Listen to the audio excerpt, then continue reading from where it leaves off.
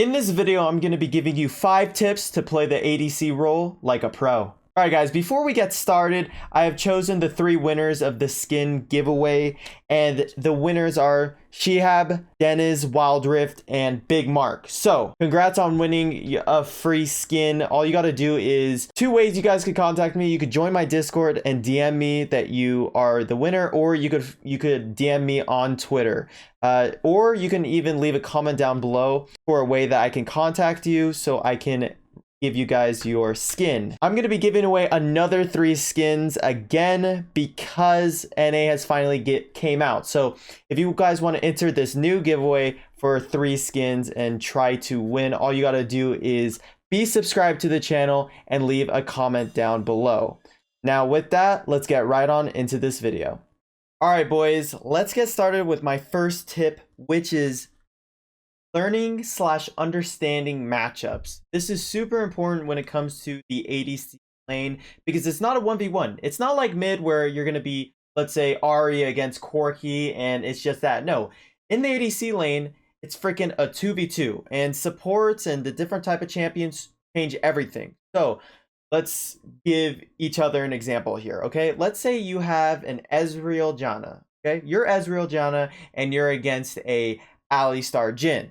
Okay, now as the Ezreal and Janna, I know that we are ranged champions and we want to poke the wave and we don't want to get engaged on, because Jhin and Alistar are going to be wanting to engage. Alistar is gonna engage onto you and Jhin will root you, and that's their combo. So I need to be careful of that and not play into their win conditions. What I'm gonna do is I'm gonna farm my wave. I'm gonna let the wave kind of be on my side and just poke at them, and let Janna poke as well. I'm not going to try to do anything or overextend in the lane because you'll just die.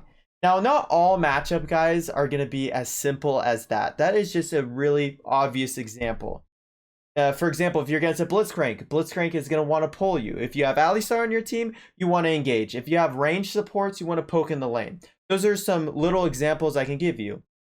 Now, let's talk about some ADC champions so you get a good idea. Draven and Misfortune, those are champions that are going to want to aggress. They're going to want to do as much damage in the early game as possible and kill you.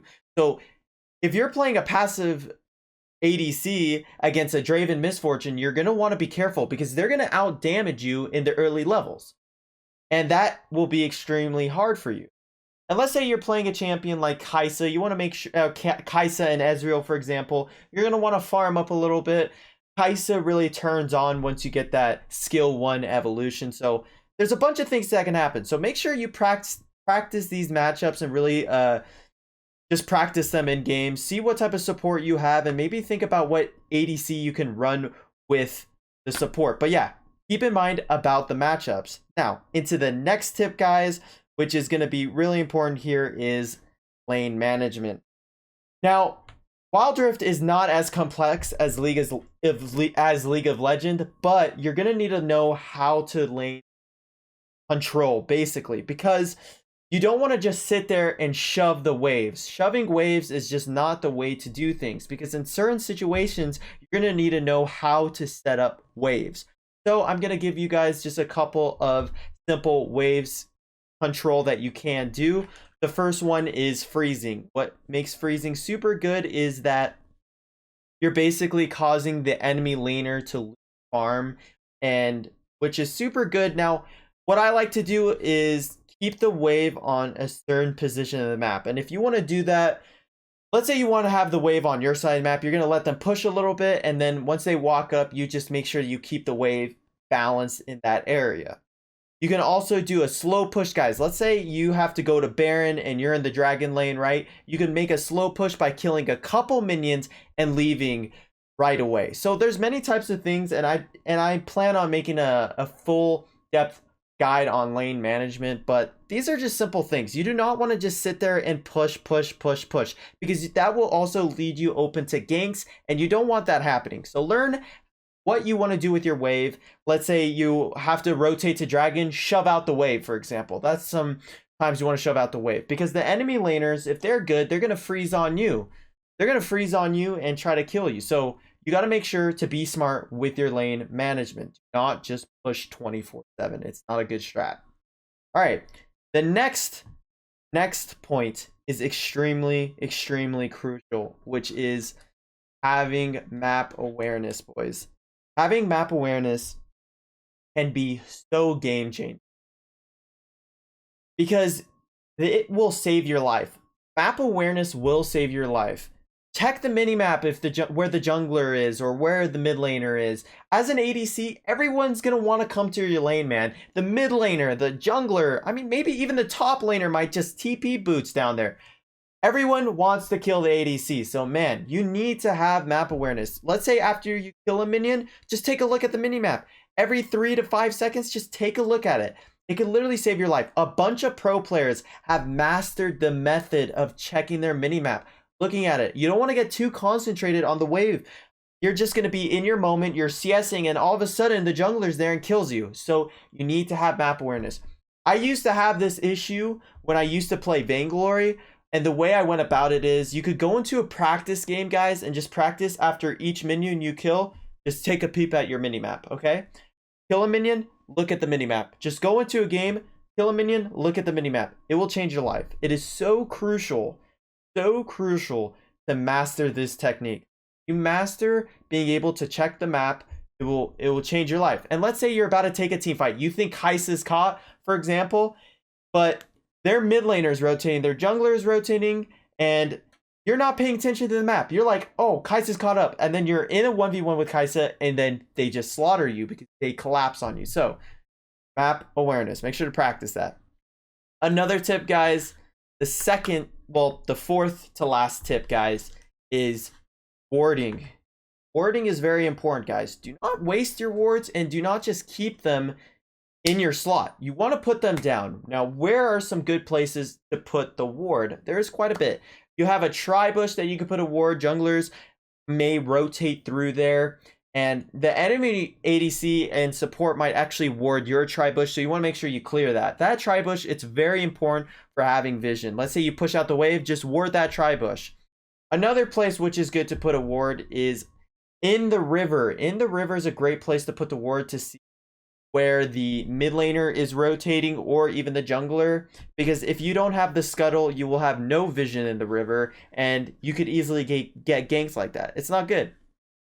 Another good place to ward, guys, is in the enemy laner's bush. Now there's 2 long bushes in the dragon lane. All you got to do is ward their opposite bush, especially if you're against a Janna. Janna likes putting tornadoes in bushes, and you won't be able to see the tornado unless you have vision. Or there's going to be an Alistar waiting for you to overextend and kill you. So I love putting wards in all 3 of those spots, and definitely make sure to use your ward when it's up. And also putting wards on Dragon Pit are really nice for your junglers. Make sure to do that, guys.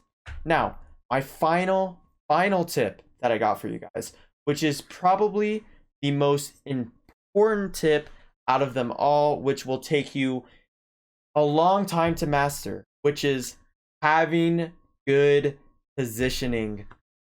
Having good positioning is so crucial and was something I used to struggle with as well. Now, positioning could matter in so many ways. You need to have good positioning in lane. Now, what does good positioning in lane look like? You're in a spot to where you are not able to be ganked. You are not able to be ganked. That means you're on your side of the map or you're at the bottom of the lane. So if the jungler comes, you make sure they take the longer path down. But having good positioning in the lane means you're safe and you're in a good position to do a bunch of damage. Let's say you are, don't let a melee champion, for example, just hit free autos on you.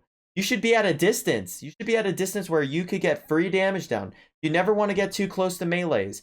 If you're playing against even range champions, you want to make sure you poke if you have poke. Have good positioning. Do not be in a spot where you can die. Think about all the deaths you have. You should not be having like 10 deaths per game. If you have over 10 deaths per game, like, yeah, maybe some of your deaths are to gank, but want to have good positioning. That could avoid maybe even 75% of your deaths, guys. 75% of your deaths are literally just you killing yourself, just overextending in the lane.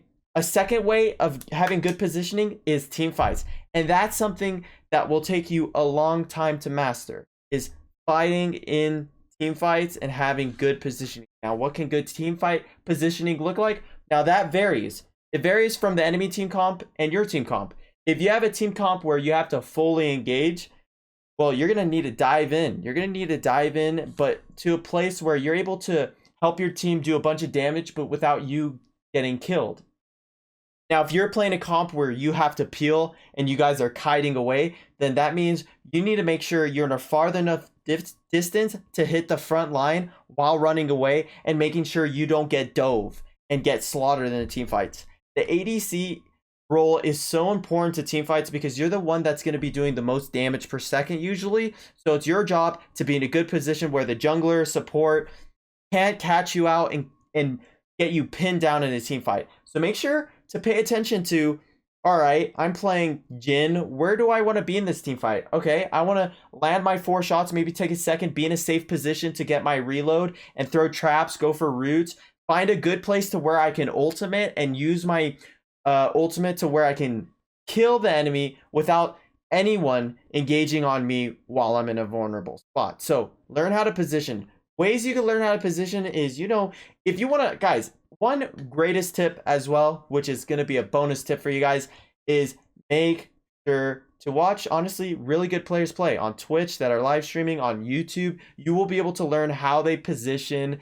You can see how they're never getting ganked. Make sure to just see and learn from others. It's always okay to do that. If you guys want to see more guides like how to jungle, how to mid lane, how to top lane, how to support, or the lane management video, leave a comment down below, man. I will really appreciate it. Make sure to like and subscribe if you did enjoy this video, and I'll catch you guys in the next one. Peace.